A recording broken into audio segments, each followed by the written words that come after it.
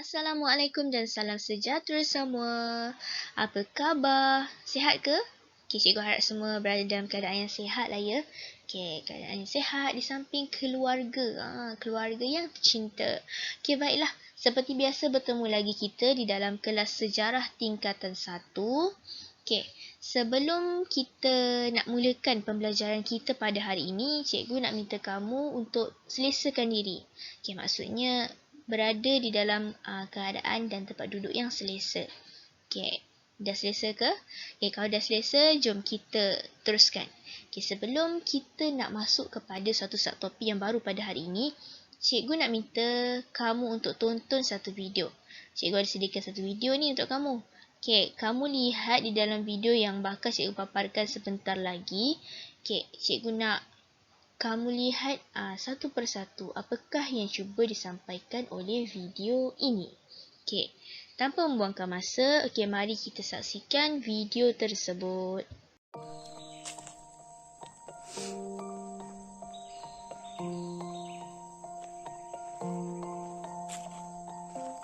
Kita sekarang berada di Gua Kajang. Gua Kajang di Lenggong. Kita explore gua ni. Kita akan masuk ke dalam. Tengok apa dia.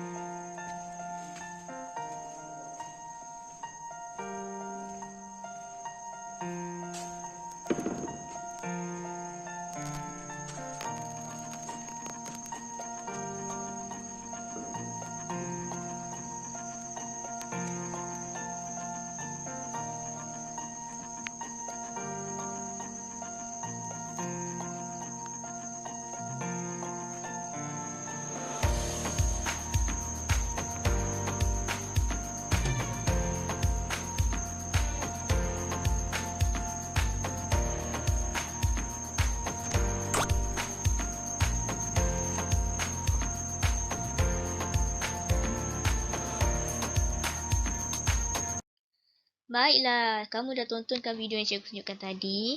Okey, di dalam video sebentar tadi merupakan suatu kawasan yang berlokasi di Lenggong. Okey, di Lenggong. Lenggong ni di mana? Lenggong ni berada di negeri Perak. Negeri Perak tu dekat mana? Negeri Perak tu di kawasan utara Semenanjung Malaysia.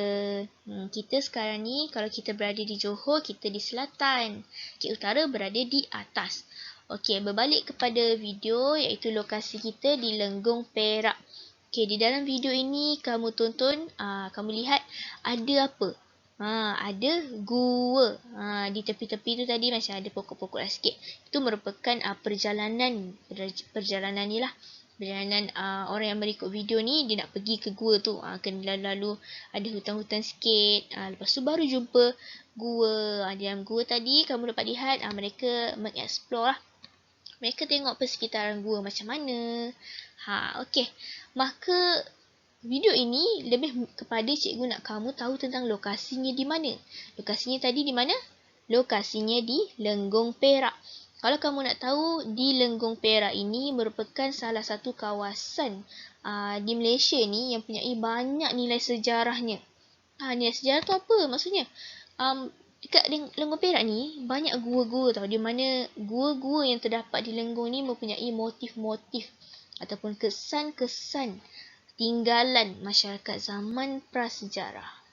Antaranya yang terkenal adalah jumpaan rangka manusia. Rangka manusia yang dikenali sebagai Perakmen. Okey. Maka sebenarnya motif cikgu tunjuk video ni adalah kita melihat tentang lokasi. Dan pada hari ini kita akan masuk kepada satu subtopik yang berkaitan dengan lokasi. Subtopik kita pada hari ini adalah lokasi zaman prasejarah di dunia. Okey, kamu boleh rujuk buku teks pada halaman 43 iaitu 3.2 lokasi zaman prasejarah di dunia. Dan cikgu ulangi, buka halaman 48 untuk tujuan rujukan. Baiklah, maka pada hari ini kita akan masuk kepada untuk melihat lokasi zaman prasejarah di dunia. Kalau kamu nak tahu, masyarakat prasejarah ni kesan-kesan tinggalan mereka terdapat di seluruh dunia tau. Termasuk di kawasan kita pun ada juga. Tapi pada hari ini cikgu nak kamu lihat dari sudut yang lebih besar iaitu di dunia. Okey, tapi kamu pernah terfikir tak macam mana orang boleh tahu masyarakat prasejarah ni duduk dekat kawasan sini? Contoh cikgu cakap masyarakat prasejarah duduk pernah tinggal di Afrika. Apa buktinya? Macam mana orang boleh tahu? Lepas tu kalau cikgu cakap masyarakat prasejarah ni tinggal dekat Britain. Okey, apa buktinya? Bila di dalam sejarah, bila kita nak mengatakan sesuatu, perlu adanya bukti. Okey, baiklah. Kewujudan lokasi prasejarah ini diketahui melalui penemuan tinggalan manusia. Bila ada tinggalan manusia, barulah kita boleh kesan. Ahli arkeologi akan mengesanlah tinggalan-tinggalan itu. Tinggalan itu tinggalan apa? Contoh. Okey, contohnya artifak ataupun ekofak. Okey, jadi berdasarkan peninggalan daripada manusia pada zaman prasejarah ini di kawasan-kawasan tertentu, maka membuktikan bahawa kawasan tersebut pernah didiami ataupun pernah diduduki oleh masyarakat pada zaman prasejarah. Baiklah, bercerita tentang artifak dan ekofak. Okey, cikgu nak kamu tahulah apa itu maksud bagi kedua-dua ini. Okey, cikgu mulakan dahulu dengan ekofak. Okey, apa itu ekofak?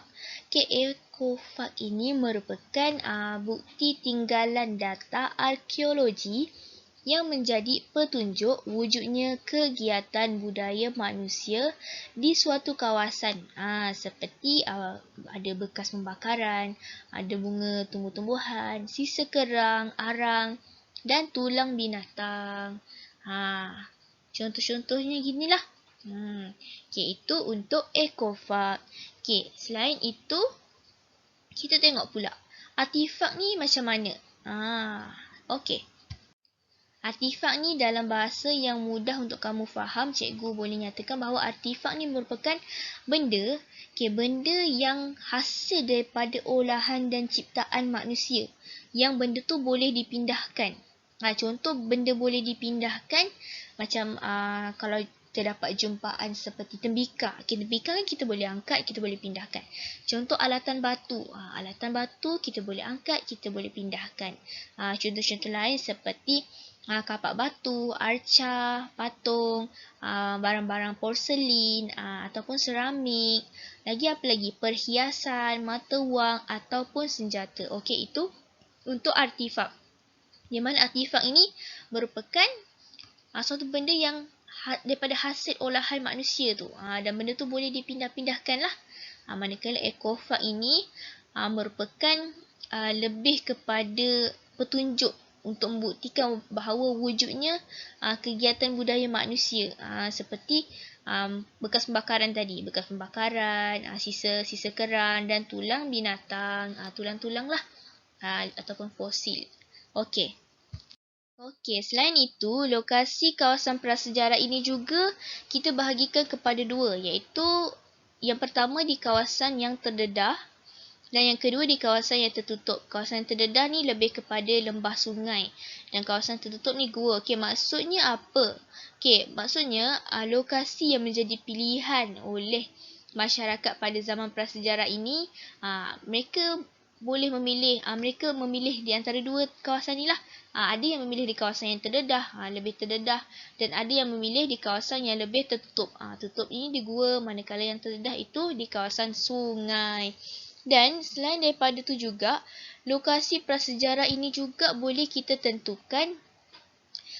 ditentukan kewujudannya sama ada berada di dalam air ataupun berada di atas darat. Okay, kita cakap di dalam air. Kenapa dalam air? Sebab kan kalau kamu ingat zaman kita belajar sebelum ni, iaitu zaman air batu, kan berlaku perubahan iklim, maka disebabkan itu ada kawasan yang berada di dalam air, ada kawasan yang berada di atas darat, kerana kenaikan air tu menjadikan kawasan yang lebih rendah ditenggelami air. Yang itu maksudnya, ya. Sekarang kita akan masuk pula kepada fungsi dan lokasi tapak. Okey, apakah fungsi lokasi yang kita akan, contoh kita jumpai satu kawasan tu. Okey, kawasan tu adalah kawasan, dikatakan kawasan masyarakat zaman prasejarah. Apa fungsi? Fungsi lokasi tu apa? Okey, fungsinya terbahagi kepada beberapa bahagian lah. Okey, yang pertama, kawasan tersebut dijadikan sebagai kawasan pertempatan. Okey, kawasan pertempatan ni apa? Kawasan pertempatan ni dijadikan sebagai kawasan tempat tinggal mereka. Okey, di situlah mereka membina keluarga di situ, makan di situ, tidur di situ. Tempat tinggal macam rumah. Senang cerita rumah lah, rumah kamu. Contoh kamu beli tapak, nanti kamu dah besar, kamu dah banyak duit. Kamu dah ada rezeki yang lebih, kamu beli tapak. Tapak tu tanah. Kamu beli tanah, lepas tu kamu bangunkan rumah kat situ. Kat rumah, ada rumah. Jadi rumah tu jadi pertempatan kamu, tempat tinggal kamu, tempat berkeluarga kamu. Okay, itu penjelasan untuk pertempatan. Selain daripada itu, masyarakat zaman prasejarah juga memilih sesuatu lokasi. Lokasi tersebut juga berfungsi sebagai kawasan perkuburan. Okey, sudah menjadi lumrah manusia yang hidup akan pergi. Maka masyarakat zaman prasejarah juga tidak terkecuali daripada menjalankan perkara-perkara seperti kita pada hari ini. Contoh, bila orang dah meninggal dunia, kita akan tanam, kita akan kuburkan mereka. Begitu juga dengan masyarakat zaman prasejarah. Mereka akan ada kawasan yang akan mereka jadikan sebagai kawasan perkuburan. Fungsi lokasi dan tapak yang seterusnya ialah dijadikan sebagai bandar. Okey, bandar. Macam mana bandar boleh muncul? Mesti kamu bayangkan bandar yang sekarang ni kan, macam kita ni. Bandar Kuala Lumpur, bandar Johor Bahru. Okey. Macam mana boleh muncul masyarakat zaman prasejarah? Okey. Bandar ini muncul bila manusia zaman prasejarah ini sudah mempunyai sistem ataupun organisasi sosial mereka. Bila mereka dah ada organisasi sosial yang teratur, mereka dah ada sistem masyarakat sendiri, maka keadaan ini menjadikan masyarakat pada zaman itu menuju ke arah kemajuan. Mereka mula membentuk satu keadaan yang membawa kepada pembentukan sistem pentadbiran. Mereka dah boleh dah bina-bina bangunan. Tapi bukanlah bangunan seperti yang kita pada hari ini. Bangunannya macam mana? Okey, nanti kita akan tengok untuk contoh-contoh lokasi penemuan zaman prasejarah ini. Tapi cikgu nak kamu tahu bahawa kawasan ataupun dijadikan lokasi ini juga turut dijadikan sebagai bandar apabila masyarakat di kawasan tersebut, masyarakat zaman prasejarah itu sudah mempunyai satu sistem organisasi sosial dan bentuk satu pentadbiran. Okay, selain itu, kawasan, fungsi lokasi dan tapak ini juga turut dijadikan sebagai kawasan pemburuan dan juga kawasan pembuatan alat batu. Kawasan pemburuan ni apa? Okey, kawasan pemburuan ni merupakan satu kawasan yang mereka jadikan untuk berburu haiwan. Okey, berburu ni tujuannya untuk mendapatkan sumber makanan mereka lah. Selain itu, untuk kawasan pembuatan alat batu ini, alat batu tu yang kita belajar sebelum ini, yang kita tengok secara ringkas pada sebelum ini, mereka mencipta peralatan-peralatan batu yang mampu membantu mereka untuk meneruskan kelangsungan kehidupan seharian. Alat batu yang mungkin dijadikan sebagai senjata untuk menangkap haiwan dan mencari sumber-sumber makanan dan lain-lain fungsi. Gambar yang sedang cikgu paparkan pada ketika ini merupakan lokasi zaman prasejarah di dunia. Okey, ini kejap ya. Okey, ini merupakan peta ya. Okey, peta di sini kamu lihat ada negara China. Di sini ada India, di sini ada Iran, di sini ada Turki, ada Perancis, ada Sepanyol, ada Britain. Okey, baiklah. Di negara-negara yang cikgu sebut ini, terdapat jumpaan. Ahli arkeologi telah mengesan lokasi-lokasi di salah satu kawasan di negara ini sebagai satu lokasi zaman prasejarah. Okey, ada banyak ni dan kita akan lihat satu persatu contoh-contoh lokasi zaman prasejarah di dunia, di kawasan-kawasan di negara-negara yang kita lihat di dalam peta ini. Lokasi pertama yang akan cikgu bawa kepada kamu adalah di Perancis. Di Perancis iaitu di Gua Chauvet. Okey, di gua ini dikatakan telah diduduki oleh manusia silih berganti antara 30,000 tahun sehingga 27,000 tahun sebelum Masihi. Lukisan di dalam gua ini membuktikan penglibatan masyarakat prasejarah dalam aktiviti berburu. Okey, di dalam gambar ini merupakan salah satu daripada gambar-gambar haiwan yang dilukis oleh manusia zaman prasejarah. Ini bukan saja-saja orang-orang zaman moden dilukis. Ini memang lukisan yang dilukis oleh manusia zaman prasejarah. Okay, ini juga merupakan salah satu, di sini merupakan salah satu daripada lukisan yang terdapat di gua ini jugalah. Okey, lukisan gua ini menunjukkan spesies haiwan yang dijadikan sebagai buruan.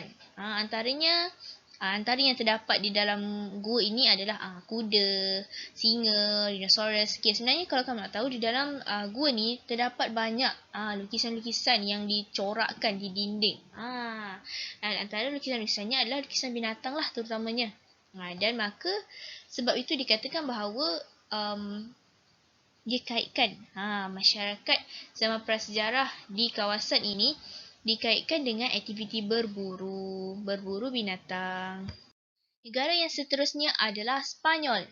Okey, Sepanyol kawasannya adalah di Altamira. Okey, di Altamira ini dikatakan dijumpai bukti lukisan yang ditemui di dalam gua Altamira yang menunjukkan bahawa wujudnya manusia zaman Mesolitik. Okey, mereka ini hidup antara 35,000 tahun hingga 11,000 tahun sebelum Masihi. Seterusnya kita akan masuk pula di negara Turki iaitu di Çatalhöyük. Okey, di kawasan ini dikatakan telah diduduki oleh manusia zaman prasejarah antara 7,100 hingga 600 tahun sebelum Masihi, di mana aktiviti utama dikatakan termasuklah aktiviti pertanian, terutamanya barley dan juga gandum. Okey, ini merupakan lokasi penemuannya lah di Çatalhöyük ni. Okey, nampak ni. Dia lebih kepada kalau kamu lihat macam kat sini ada kawasan pertempatan. Dan dikatakan aktiviti utamanya adalah pertanian disebabkan oleh terdapat penemuan bekas-bekas barangan yang boleh dikatakan terkait dengan pertanian seperti penanaman barley dan juga gandum. Okey, cikgu ada sediakan satu video yang terkait dengan kawasan di Çatalhöyük ni untuk kamu dapatkan gambaran yang lebih jelas bagaimanakah situasi dan gambaran penemuan lokasi ini. Okey, jom kita saksikan.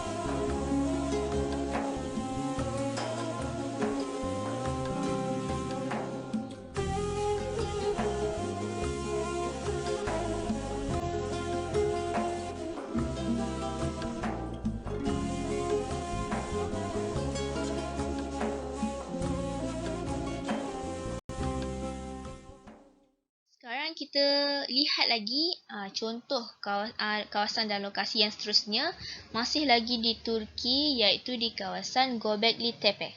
Okey, di kawasan ini diduduki oleh manusia sekitar 12,000 tahun sebelum Masihi, di mana ahli arkeologi berpendapat bahawa binaan batu di tapak ini dikaitkan dengan upacara ritual. Ritual ni berkaitan dengan keagamaan ataupun kepercayaan lah. Kepercayaan masyarakat yang hidup pada ketika itu. Kita beralih kepada lokasi yang seterusnya, iaitu di Iran, iaitu di Shahri Sokta. Okey, di kawasan ini ia sama seperti di kawasan Turki tadi. Kita nampak macam ada bangunan-bangunan kan, macam ada pertempatan. Okey. Di sini juga lebih kurang, tetapi ada beberapa perbezaannya. Perbezaannya adalah dari segi usianya.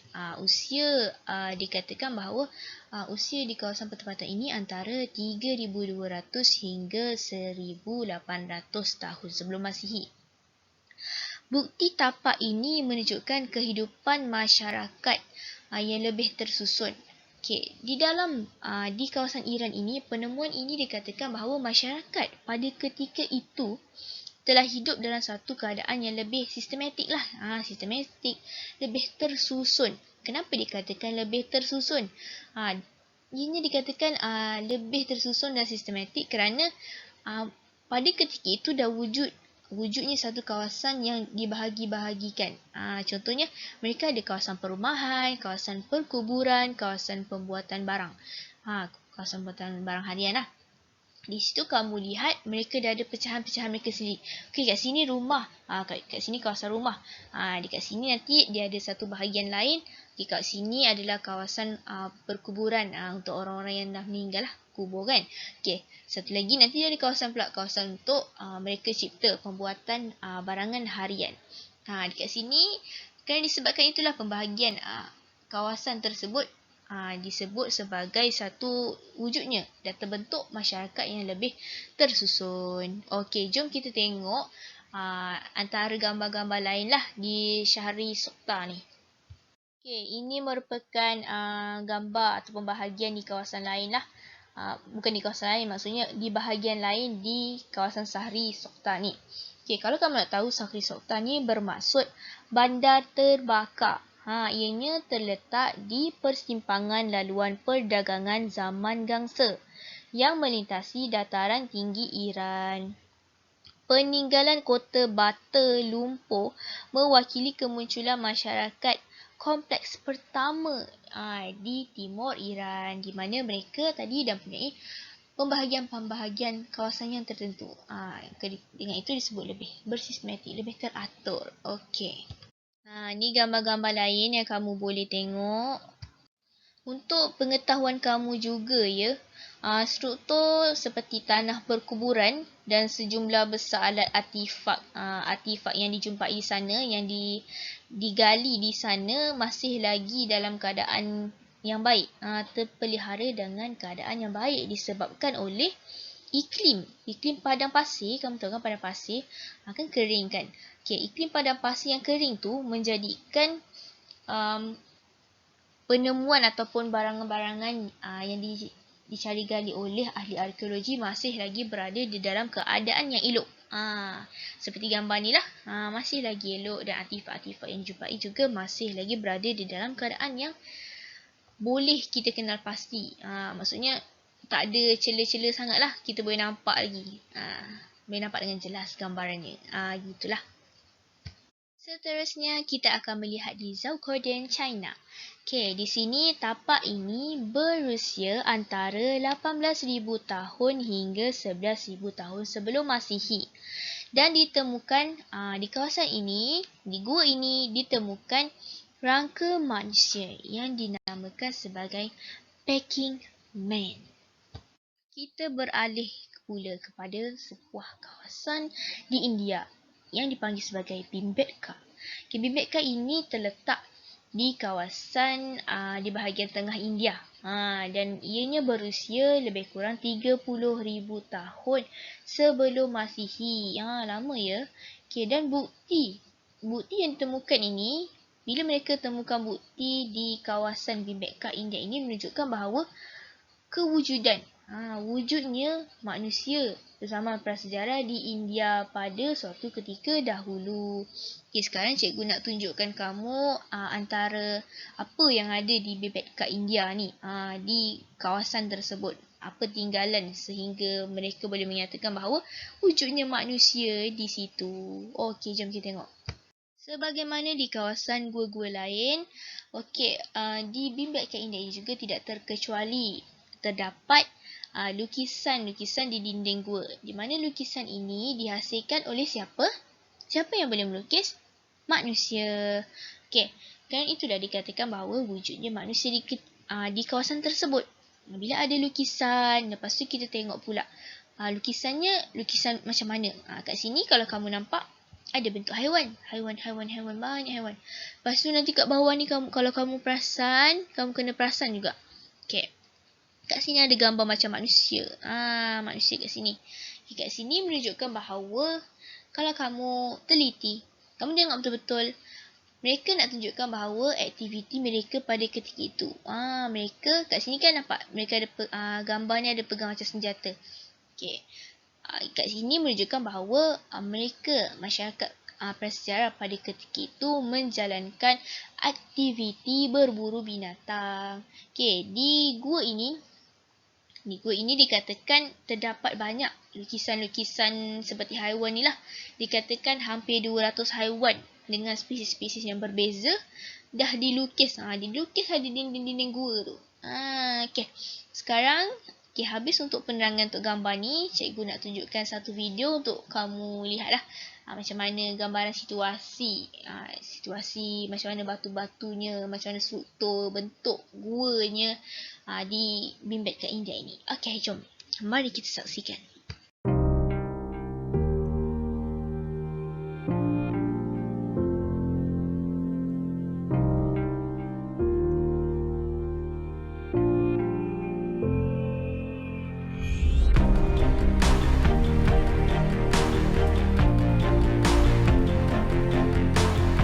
Bhimbetka derives its name from the word Bhimbetka, with reference to Mahabharata.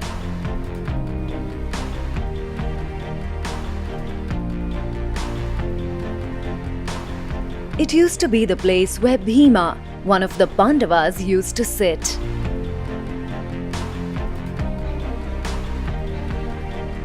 Located inside the Ratapani Wildlife Sanctuary at the southern edge of Vindhyachal Hills, Bhimbetka is 45 kilometers south of Bhopal in Madhya Pradesh.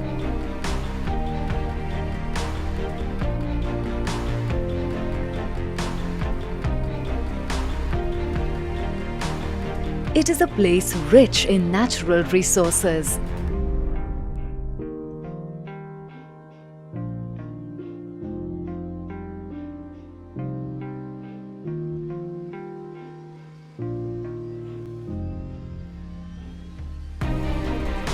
Bhimbetka bears a significant resemblance to the cave paintings of the Bushmen in Kalahari Desert and the Upper Paleolithic Lascaux cave paintings in France.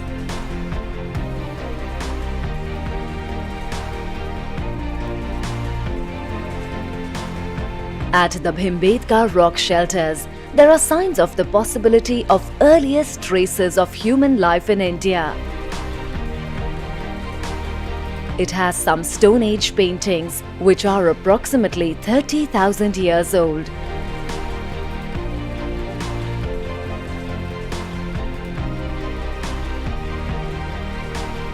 The rock shelters at Bhimbetka were declared as a World Heritage Site by UNESCO in 2003.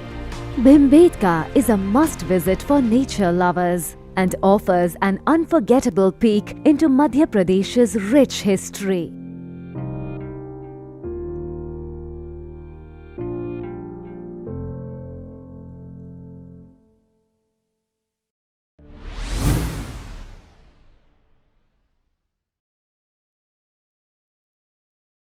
Lokasi terakhir kita adalah di Stone Age Britain.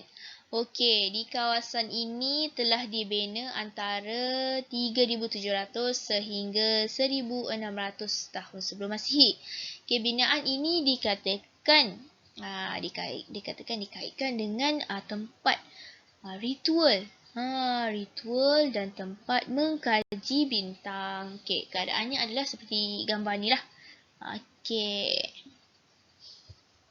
Baiklah, tadi kamu dah lihat contoh-contoh lokasi masyarakat zaman prasejarah di dunia. Okey, apa yang kamu lihat tadi merupakan perkara yang benar-benar ada. Membuktikan bahawa masyarakat zaman prasejarah tu memang wujud lah. Memang wujud dan ada kesan-kesan tinggalannya. Iaitu berdasarkan lokasi yang tadi kita pelajari lah. Ada di mana tadi kita belajar? Ada di Perancis, ada di Sepanyol, ada di Turki, ada di Iran, Britain dan di lain-lain kawasan. Okey. Cikgu sebenarnya nak kamu sedar bahawa masyarakat pada zaman prasejarah ini tidak mempunyai apa-apa kelengkapan moden ataupun apa-apa teknologi moden. Tetapi mereka mampu membangunkan sebuah pertempatan. Mereka mampu membangunkan sebuah bandar. Mereka mampu mencipta barangan-barangan ataupun pembuatan yang memudahkan tugasan seharian mereka. Di mana di sini kamu sedang belajar tentang sebuah masyarakat yang mempunyai satu daya inovasi yang sangat tinggi. Inovasi ini berlaku bila kita dalam keadaan yang mempunyai sebab kekurangan kita tak ada apa-apa dan kita create sesuatu, kita cipta sesuatu untuk memudahkan urusan kita. Masyarakat prasejarah ini sebenarnya walaupun mereka ni dikatakan prasejarah, maksudnya belum moden lagi, belum maju, tapi mereka dah mempunyai satu sifat kreativiti yang sangat tinggi. Mereka dah berada pada tahap boleh mereka cipta. Jika kamu cikgu suruh reka sebatang pen, belum tentu lagi kita lah, masyarakat biasa ni boleh menciptanya. Tapi masyarakat zaman prasejarah, mereka dah boleh mencipta peralatan yang memudahkan tugasan seharian mereka lah. Di mana apa yang cikgu nak kamu sedar pada hari ini, kamu sebagai manusia yang hidup di zaman moden yang mempunyai teknologi yang tinggi. Jadi kamu juga seharusnya mampu dan mahir berinovasi dalam setiap perkara. Dan inovasi ini sebenarnya dapat dan sangat-sangat membantu untuk memajukan diri, keluarga, masyarakat dan juga negara. Itu dalam konteks kita pada hari ini. Jadi cikgu harap kamu semua boleh ambil iktibar dan pengajaran, dan cikgu nak kamu respect dan hormati kebudayaan masyarakat pada zaman kebudayaan dan kreativiti masyarakat pada zaman dahulu. Semoga apa yang kita pelajari pada hari ini dapat memberikan manfaat kepada diri kamu, keluarga, masyarakat dan juga negara. Sekian saja daripada cikgu. Andainya ada terkurang di mana-mana, mungkin kesilapan daripada cikgu. Maaf sekiranya ada salah silap ataupun terkasar bahasa sepanjang cikgu menyampaikan pembelajaran kita pada hari ini. Segala yang baik itu datang daripada Allah SWT dan yang kurang baik itu datang daripada kelemahan diri cikgu sendiri. Sekian saja daripada cikgu. Assalamualaikum warahmatullahi wabarakatuh dan sekian. Terima kasih.